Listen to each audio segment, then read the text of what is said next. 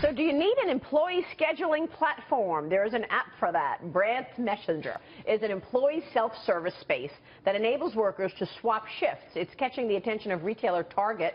The mobile app is now part of a pilot program in 130 Target stores. Joining us right now is the founder and CEO of Branch Messenger. He is Atif Siddiqi. Atif, good to see you. Thanks so much for joining us. Thanks for having me. Congrats on this company that you founded. Tell us about it. What is the advantage to use Branch Messenger? Sure. Branch Messenger is an employee self-service platform for hourly shift workers to allow them to manage their work life in real time. So what that means for employees, they can swap, trade shifts, manage their schedule, track earnings, and communicate all on a private network. For large enterprises like Target, it allows them now to tap into this elastic workforce. They can scale up and down across their locations and really communicate to those frontline workers at scale. And everybody knows sort of where everyone is because the employee can be dealing with that with another employee, and it's right there on the system.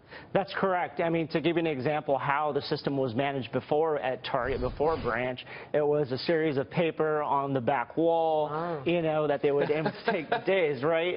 Or if an employee calls in and a manager needs to get somebody into the store, they would make a series of 30 to 40 phone calls a day. So now that process is done in minutes on Branch. Paper, how archaic, can you believe it? So is this one of the things where you bolt into their current HR systems and then you help automate the systems for them, and then how do you generate revenue for your company?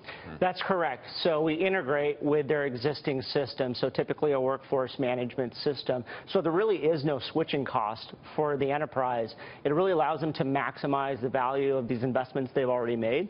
And the way we charge revenue and make money is we sell these premium features like the integrations to the back-end systems, as well as administrative controls such as managing overtime or some controls, say, on off-the-clock usage. We can geofence certain aspects of the application, as well as provide some data and analytics around shift worker performance and attendance and tracking. So if you've got people that are at different wage levels, then as an employer, you can control. In other words, I only want certain people to be able to swap with one another so I don't incur extra expenses or I don't go way over budget, for example. That's exactly right. You know, you can kind of segment out what workers you need, and managers have full control on the app, right? So they can now approve, reject any changes, and they're also getting these alerts ahead of time so they can be more proactive with these changes. Cool. When you go in to introduce the messenger service at companies, do you have organizations that basically install it system-wide, or is it really kind of piecemeal? We were looking at some of the statistics on, say, Domino's, for example, but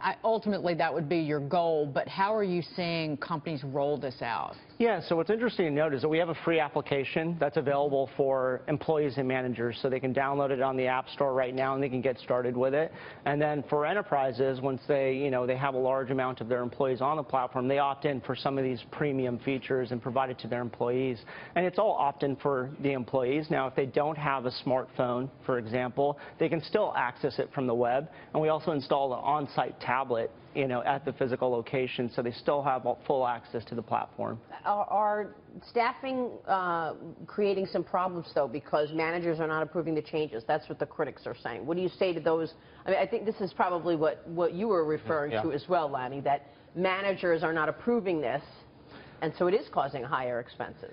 So really, all the alerts, I think one of the advantages and the things that we've seen working with enterprises, build in those controls in place. So managers do get alerts on Branch for if it's going to put an employee into overtime, right? And so they also can approve and reject any of those changes all from the mobile device or on the web. All right, we'll leave it there. Atif, great to see you. Thanks so much. Thank you. We'll be watching Atif Siddiqi there.